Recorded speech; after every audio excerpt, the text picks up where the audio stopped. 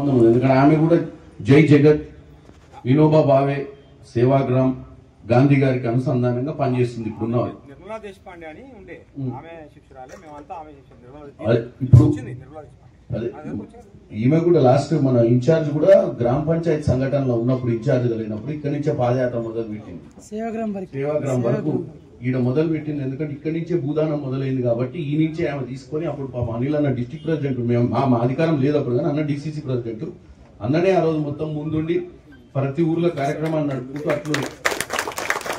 అట్లా నాందేడ్ మీదకి వెళ్ళి అట్లా మహారాష్ట్ర పోయి మహారాష్ట్ర నాగ్పూర్ మీదకి వెళ్ళి అట్లా వెళ్ళిపోయింది ఆమె సద్భావన యాత్ర. కాబట్టి నేనేమంటున్నా అంటే ఆమె కూడా ఇన్ఛార్జ్ ఉంది కాబట్టి డెఫినెట్ గా ఆమె కూడా సహకరిస్తుంది మన ఆలోచనకు. ముఖ్యమంత్రి గారిని తీసుకొద్దాం, మంచి కార్యక్రమాలు చేసుకుందాం.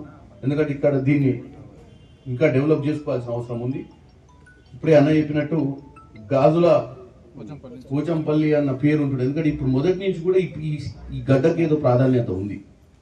తర్వాత భూదాన్ పోచంపల్లి రామచంద్రారెడ్డి గారు కాబట్టి భూదాన్ పోచంపల్లి, తర్వాత మీరందరూ ఇప్పుడు చేయడం వల్ల సిల్క్ సిటీ లెక్క పేరు పొందింది. నేను నిన్న మొన్న స్పీకర్ గారిని కలిసిన మొన్న మధ్యాహ్నం, నేను రేవంత్ రెడ్డి గారి స్పీకర్ గారికి చెప్పిన రండి ఒకసారి మా దగ్గరికి, ఆ యాదగిరి లక్ష్మీనరసింహస్వామి టెంపుల్ దర్శనం చేసుకుని పోచంపల్లిలో సిల్క్ సిటీ మా దగ్గర ఒకసారి కంపల్సరీ రావాలని ఆయన రిక్వెస్ట్ చేస్తే ఆయన డెఫినెట్ గా ప్లాన్ చేస్తా అని చెప్పిండు.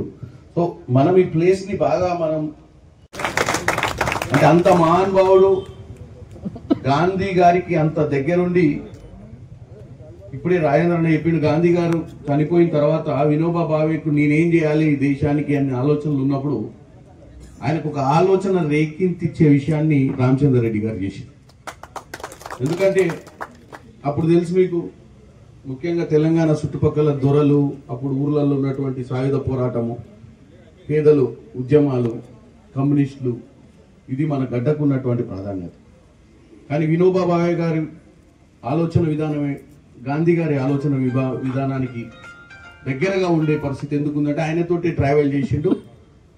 వినోబా భావే గారికి గాంధీ గారు మొట్టమొదటి సత్యాగ్రహిగా గుర్తించడం, ఇక్కడ రామచంద్రారెడ్డి గారు భూదానికి ఆయనకి గాంధీ గారికి వినోబా భావే గారు ఎట్లా దగ్గర అయినరో ఒక కార్యక్రమంలో సత్యాగ్రహంలో ఈ భూదాన్ విషయానికి వస్తే రామచంద్రారెడ్డి గారికి వినోబా భావే గారికి కూడా అదే సన్నివేశంలో మొట్టమొదటి వ్యక్తి 100 ఎకరాల భూమినిచ్చి పేదలకు పంచమని చెప్పడానికి మనం గుర్తించాం.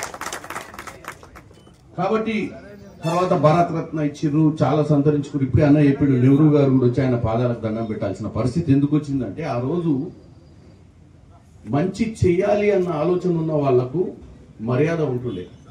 ఇప్పుడు మంచి చెయ్యాలి అన్న ఆలోచన వచ్చిన వాళ్ళు అసలు ఎందుకు చేస్తున్నాం రా అనే ఆలోచనకు వచ్చే కాడికి వచ్చింది. ఎందుకంటే పెట్టిన బోర్డును కూడా ఉడబీకేసి అసలు భూదాన్ని లేకుండా చేసి ఆ భూములన్నీ కూడా సొంతంగా వాడుకునే ప్రయత్నం చేస్తున్నారు ఇప్పుడున్న రాజకీయ పరిస్థితులలో. అంటే ఇప్పుడున్న రాజకీయ నాయకులకు అప్పుడున్న రాజకీయ నాయకులకు ఒక ఆలోచన ఉంటుండే, ఏం చేయాలంటే ఏదో ఒక సంఘంలో సంఘ సంస్కరణను పేదవారికి పెద్దపీట వేయడమో పేదవారిని చదివియడమో ఏదో ఒక ఉద్యమంతో ఈ భారతదేశంలో మనం అందరం కూడా ఈరోజు ఈ స్థాయికి వచ్చినాం.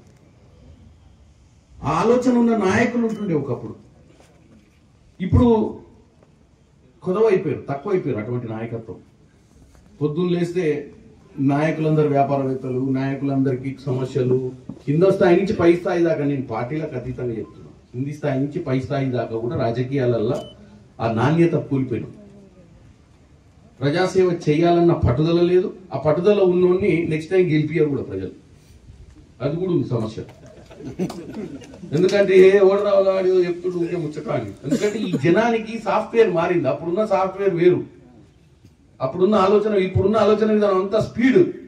ఏం కావాలంటే చిట్కలలో పని అయిపోవాలి, చిట్కలలో ముచ్చట చెప్పాలి, చిట్కలలో వ్యవస్థ నడిపేయాలి, మొబైల్ ఫోన్లో రీల్ వేయాలి, రీల్ చూసుకొని ఖుషి కావాలి, ఇట్లా నడుస్తున్న వ్యవస్థ ఇది. మరి ఈ వ్యవస్థలో మన నాలాంటి ఒక యంగ్ నాయకుడు ఇప్పుడు కొత్తగా మొట్టమొదటిసారిగా మీ అందరి ఆశీర్వాదంతో పార్లమెంట్ పోయి ఇప్పుడు మాకు కూడా ఒక ఆలోచన, ఇటువంటి మీటింగ్లు వచ్చినప్పుడల్లా మాలో కూడా కొంచెం మార్పు, ఏం చేయాలబ్బా అంత మహానుభావుల గురించి మనం మాట్లాడాలంటే మనమన్నా కొద్దిగో చేయాలి కదా, చేస్తే ఎట్టుంటుందని ఆలోచిస్తే ఈ నుంచి పోయి కారికి కొద్దిగా దూరం పోగానే మాకు వచ్చే ఫోన్లతో ఆలోచన కూడా పోతుంది. వాస్తవం చెప్తున్నాం. ఇవాళ ఇంతమంది చూస్తున్నాం, ఇలా కొంతమంది పెద్ద మనుషులు, టీచర్ ఇప్పుడే సన్మానించుకున్నాం, ఇక్కడ శ్రీరాములు గారు